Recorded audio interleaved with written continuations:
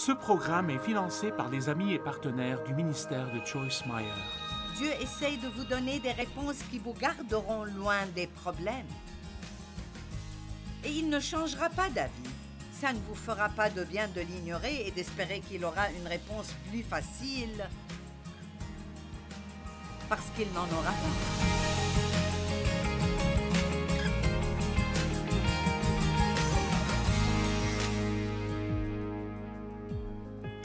Voulez-vous avoir un cœur parfait envers Dieu?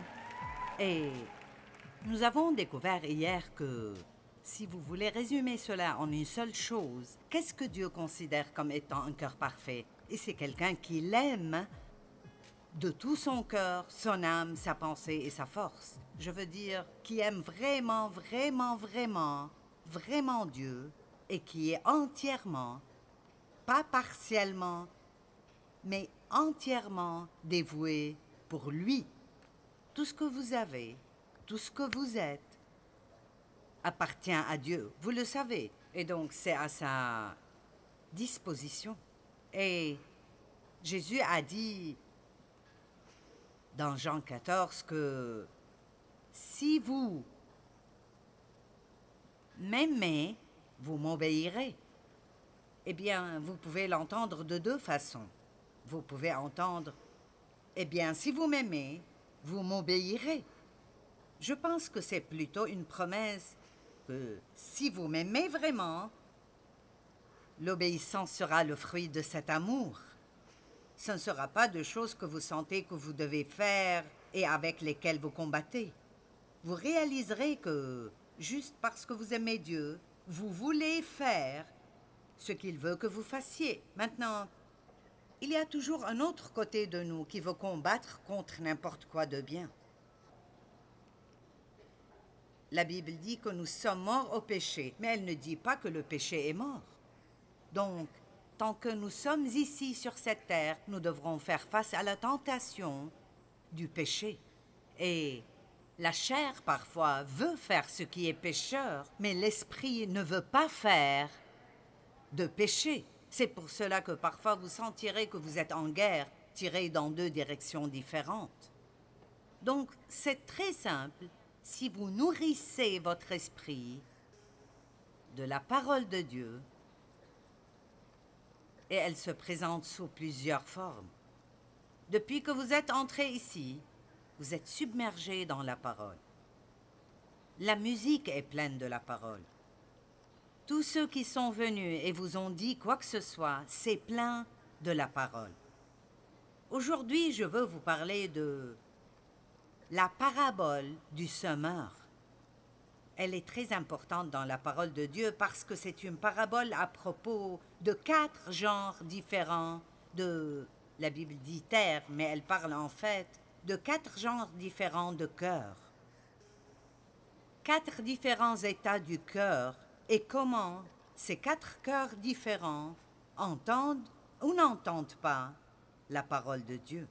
Il y a quelques milliers de personnes ici aujourd'hui et elles seront multipliées car plusieurs milliers et même des millions regarderont à la télé partout dans le monde et certains tireront plus de ce que je dis que d'autres. Certains entendront ce que je dis et ils agiront d'après ce que je dis et ils commenceront à avoir de bons changements dans leur vie. Mais certains ne feront vraiment rien avec.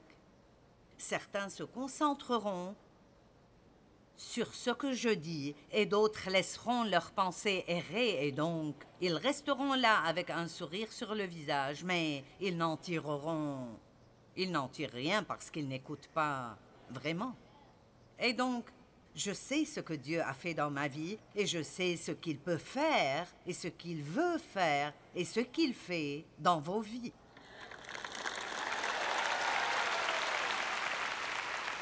Je veux tellement que vous ayez la bonne vie que Jésus est mort pour vous donner. Et la seule chose qui rendra ça possible est que vous... Maintenant, écoutez bien. Connaissez la parole et agissez d'après ce que vous entendez. Écoutez sans rien faire est vraiment inutile. La seule chose, Si vous savez beaucoup de choses, mais vous n'agissez pas d'après cela, alors vous devenez orgueilleux à cause de tout ce que vous savez et vous voudrez dire à tout le monde quoi faire.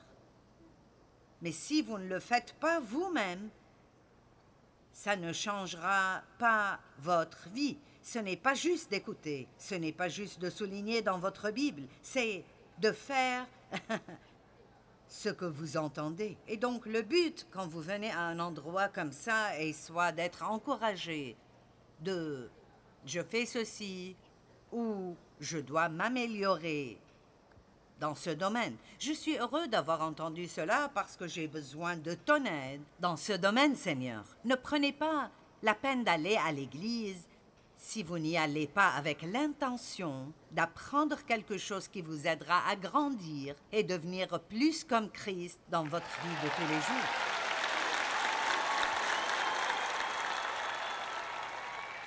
Vous savez, certains disent « je vais à l'église chaque dimanche ». Eh bien, c'est bon pour vous.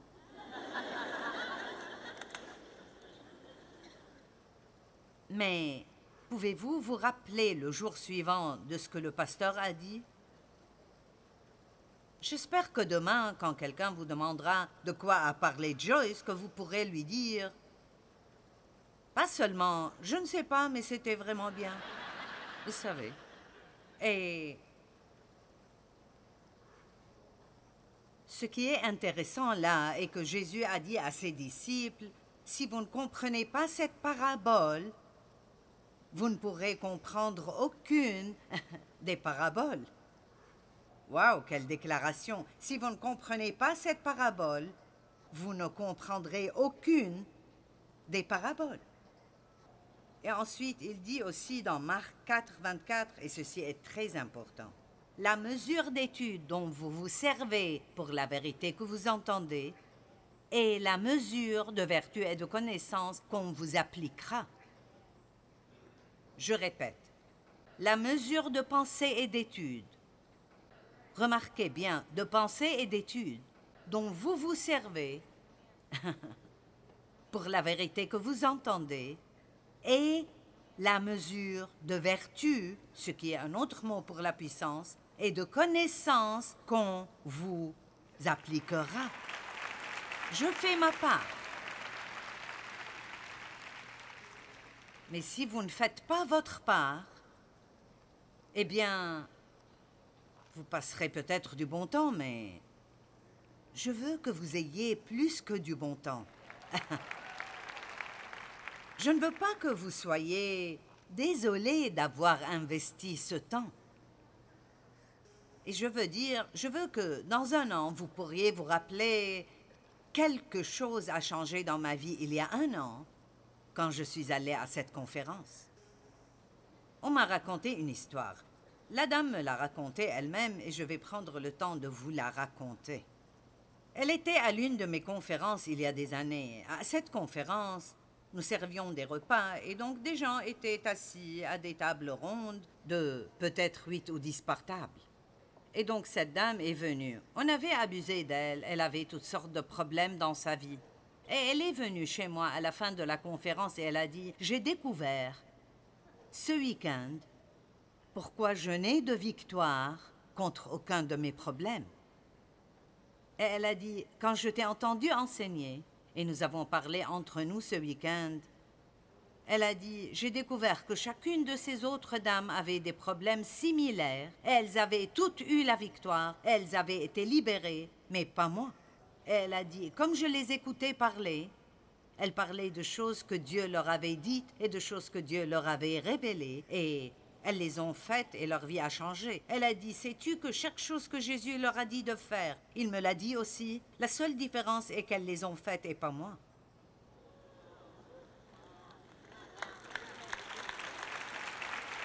Dieu nous parle et nous montre des choses tout le temps. Et nous parlons à cette conférence de prendre un plus grand engagement. Et donc, laissons l'un de nos buts être de nous engager à écouter ce que Dieu dit. Allez, Dieu essaye de vous donner des réponses qui vous garderont loin des problèmes.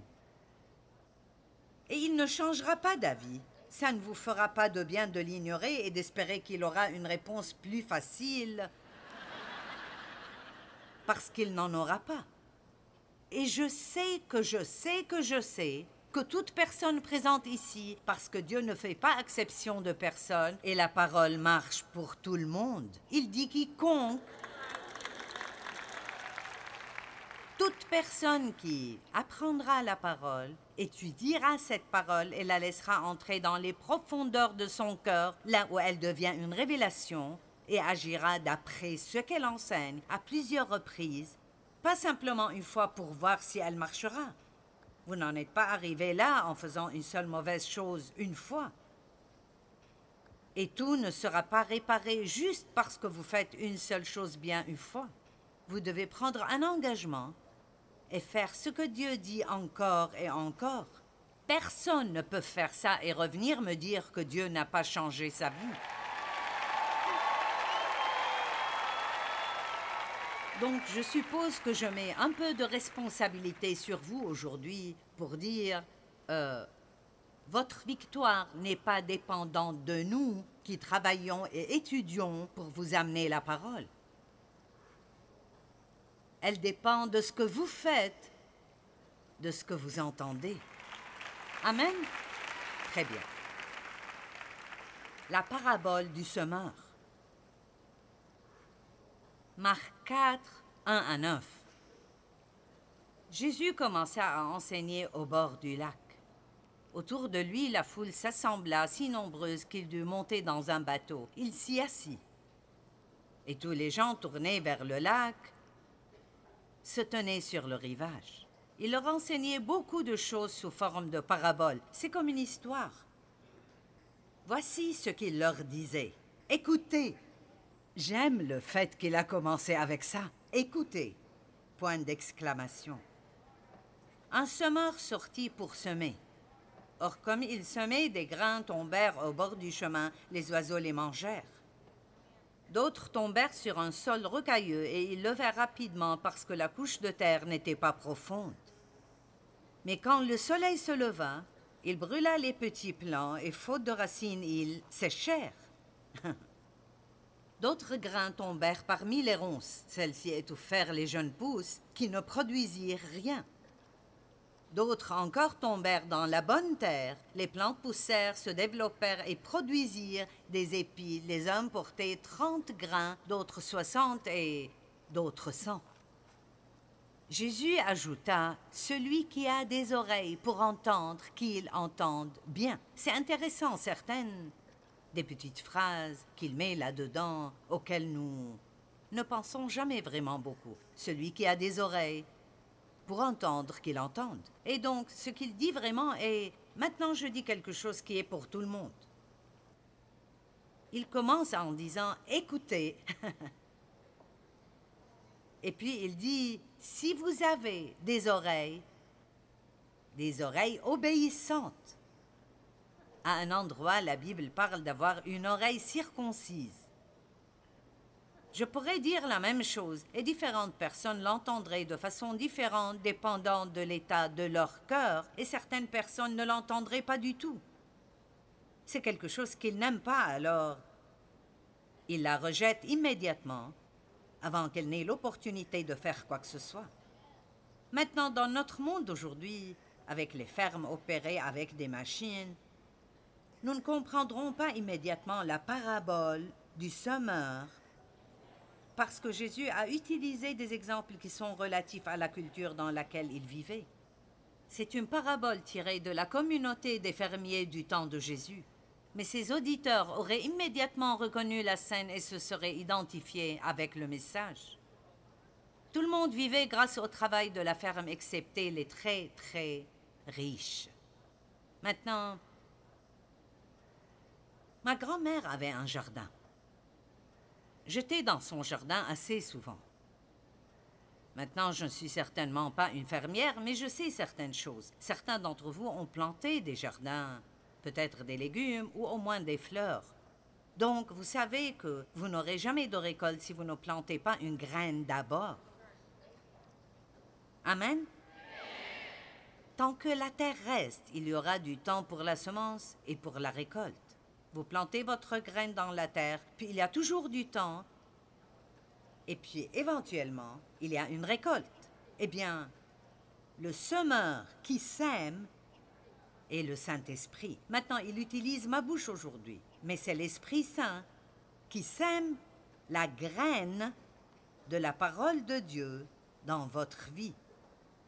Si vous prenez cela et vous l'écoutez vraiment, vous vous accrochez vraiment à quelque chose. Vous ne pouvez probablement pas vous rappeler chaque petite chose que je dis, mais nous avons rendu cela si facile aujourd'hui. Les gens n'ont même pas besoin de regarder leur Bible. Et je pense que nous n'avons pas donné une grande faveur aux gens.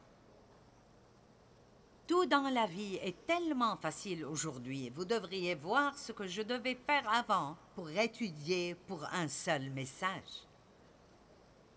Maintenant, vous sortez juste votre ordinateur et vous pouvez trouver tout ce que vous voulez. Vous pouvez même demander un sermon sur tel et tel sujet. Je n'aurai même pas besoin de penser. Je pourrais juste télécharger le sermon de quelqu'un d'autre et vous le donner. Mais la chose qui le rend bon est la quantité de travail que j'y investis et combien de fois je le répète et je le répète et je le répète. Et je vous le dis, je suis convaincue quand je commence, mais quand je monte ici, ce n'est pas quelque chose que j'espère intérieurement. Je sais que je le connais pour pouvoir vous le présenter d'une façon que je crois tellement que je peux vous faire le croire aussi. Mais ceci n'arrive pas sans travail et sans effort. Quelqu'un a dit « Tout le monde peut être aussi proche de Dieu qu'il le veut. Ça dépend juste de combien de temps nous sommes prêts à investir là-dedans. » Dieu ne choisit pas juste une poignée de personnes spéciales qui sont proches de lui et tout le reste du monde n'obtient pas cette opportunité. Nous avons tous des choix dans la vie concernant ce que nous allons faire de notre temps. Et donc, il n'y a rien dans cette parabole qui dit « Ça a bien marché pour certaines personnes, mais pas pour d'autres parce que la qualité de la graine que certaines personnes ont eue était meilleure que d'autres. » La graine que je vous donne aujourd'hui est parfaite. C'est une graine en bonne santé. C'est une bonne graine. Donc, il n'y a rien de mal dans cette graine. Si vous ne tirez rien de ceci, ce n'est pas à cause de la graine. C'est l'état de votre cœur et comment vous entendez. 4 genres de terre, 4 genres de cœur. La première était le bord du chemin. Il était si dur que quand le semeur, c'est comme s'il avait un sac autour du cou et il était plein de graines et il en jetait juste partout. Et c'est vraiment ce que je fais aujourd'hui. Je les jette. Et c'est palpitant de penser que nous sommes ici, à Ohio, avec quelques milliers de personnes ici, mais ce message est enregistré et ira tout autour du monde en 100 langues différentes. Donc, mon Dieu, nous semons aujourd'hui. Nous jetons des graines partout. Mais certaines personnes verront cela sur leur télé et diront « Oh oui, une autre de ces fanatiques de la Bible. » Parce qu'elles ont un problème de cœur. Elles ont une mauvaise attitude. Certaines personnes ont une mauvaise attitude contre des personnes comme moi et elles ne savent même pas pourquoi. C'est étonnant les choses que nous croyons et nous ne savons même pas pourquoi. Oh, quelqu'un a dit une fois, donc, j'ai dit d'accord. Des graines sont tombées sur un sol rocailleux, d'autres parmi les ronces et d'autres dans la bonne terre. Il n'a pas donné plus d'explications à ce moment-là à la foule, mais plus tard, Jésus a pris ses disciples de côté et il leur a dit « Vous ne comprenez pas cette parabole?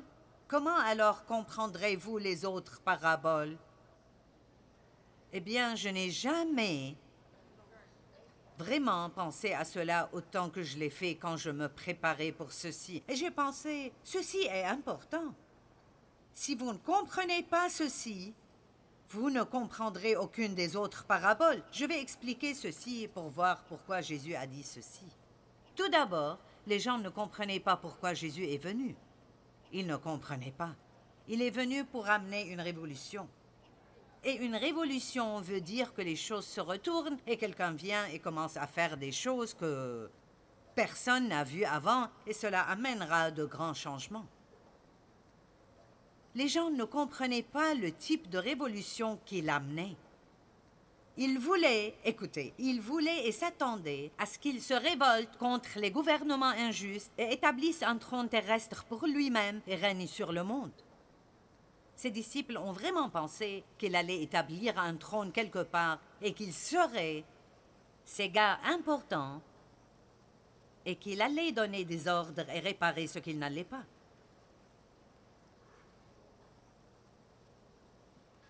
Jésus a annoncé dès le début de son ministère, le royaume de Dieu est là.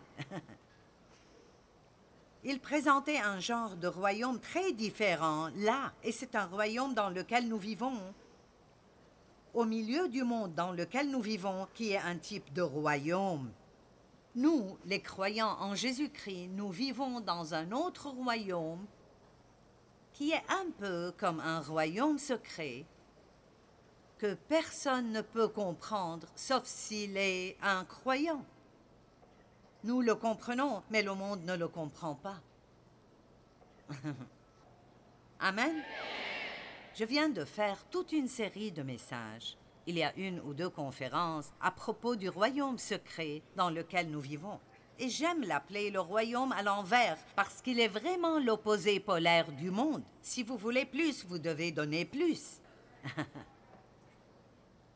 Si vous voulez être premiers, soyez les derniers.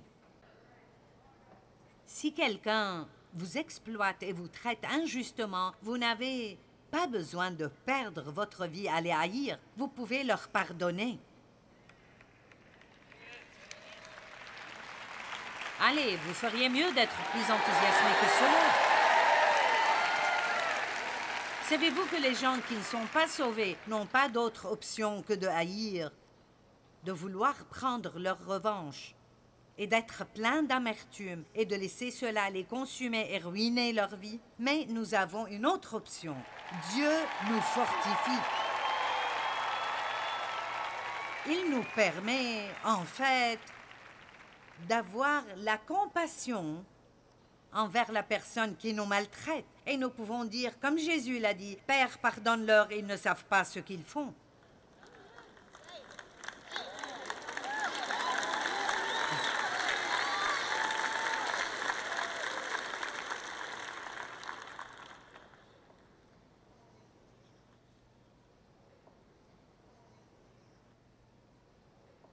Il voulait qu'ils vivent la meilleure vie imaginable dans ce royaume.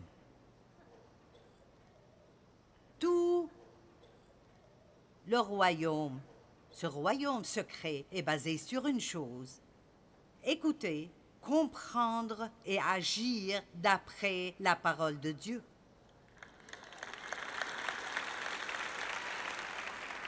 Je ne sais même pas comment dire à quelqu'un qui ne sait pas déjà combien les paroles de ce livre sont puissantes. Je veux dire, Mike partageait juste 2 témoignages avec moi aujourd'hui de 2 magnifiques dames amish qui sont là. Et l'une d'entre elles a dit qu'on a abusé d'elle et que ça arrive beaucoup dans cette communauté très patriarcale. Et elle cherchait de l'aide. Elle est allée à la bibliothèque publique et a trouvé un tas de mes livres. C'était le champ de bataille de la pensée. Et sa vie a été complètement transformée. Et maintenant, elle enseigne.